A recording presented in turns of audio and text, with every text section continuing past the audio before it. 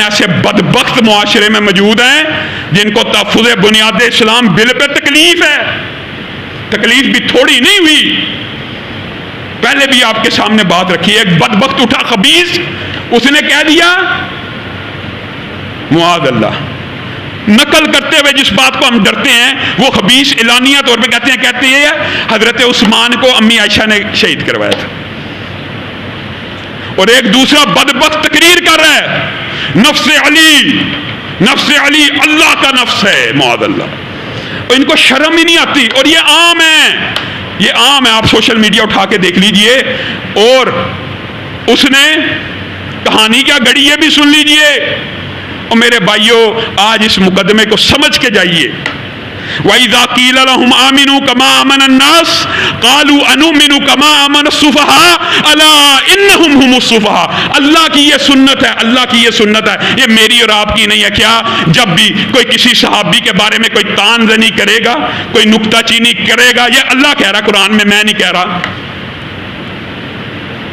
کما آمن السفہاء, انہوں نے کہا کہ ہم اس طرح ایمان لے آئیں جیسے یہ صحابہ بیوقوف نعوذ باللہ ایمان لے کے آئے. اللہ نے جواب میں کیا کہا؟ صحابہ کا دفاع اللہ نے قرآن میں کیا ہے. الا انہم ہم السفہاء, تم رسول اللہ کے صحابہ کو بیوقوف کہتے ہو, میں رب تمہیں بیوقوف کہتا ہوں. یہ اللہ کی سنت ہے, یہ اللہ کی سنت ہے. انما نحن مستہزئون, ہم ٹھٹھا اڑاتے ہیں.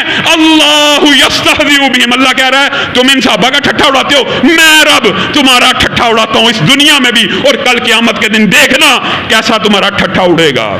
اللہ کا جواب ہے. آپ کو یہ مقدمہ سمجھ نہیں آتا کہ صحابہ کا ایمان فَإِنْ آمَنُوا بِمِثْلِ مَا آمَنْتُمْ بِهِ فَقَدِ اهْتَدَوْا, اگر صحابہ جیسا ایمان لاؤ گے تو قبول ہے, ورنہ قبول ہی نہیں. اور صحابہ کا ایمان جو معیار حق ہے, جو معیار دین ہے, اس کے بارے میں کیا کیا حردہ سرائی. رسول اللہ دنیا سے چلے گئے تھے, معاذ اللہ سارے ہی مرتد ہو گئے تھے معاذ اللہ, سوائے 4 کے. 4 میں بھی نام اپنی مرضی سے رکھ لیے. تب حسن کا نام یاد نہیں رہا, تب حسین کا نام یاد نہیں رہا, تب فاطمہ کا نام یاد نہیں رہا, مقداد, سلمان فارسی, نام تب کہاں گیا. خود اپنی ہی اماں کی توہین بھی کرتے ہیں. میرے بھائیوں ایک بات یاد رکھو, صحیح حدیث آپ کے سامنے رکھ رہا ہوں. اگر میں یا آپ کسی بندے کو کافر اور بے ایمان کہے نا, یہ رسول اللہ کی صحیح حدیث ہے, صحیح حدیث ہے. کوئی اشتعال, کوئی مبالغہ اور غلوب نہیں کر رہا.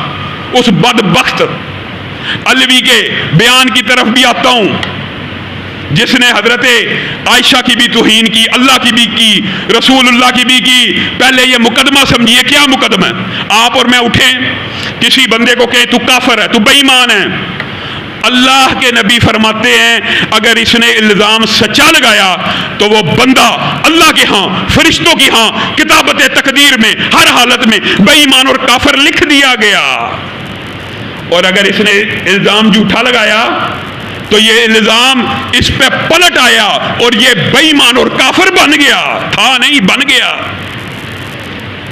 اب جو بدبخت, میں ایک عام مسلمان کی حدیث آپ کے سامنے اس لیے رکھنا چاہتا ہوں کہ یہ ایک عام مسلمان کے بارے میں رسول اللہ نے کہا ہے. کسی عام مسلمان کو کافر کہنے سے یا وہ کافر لکھا جاتا ہے یا بندہ خود کافر ہو جاتا ہے.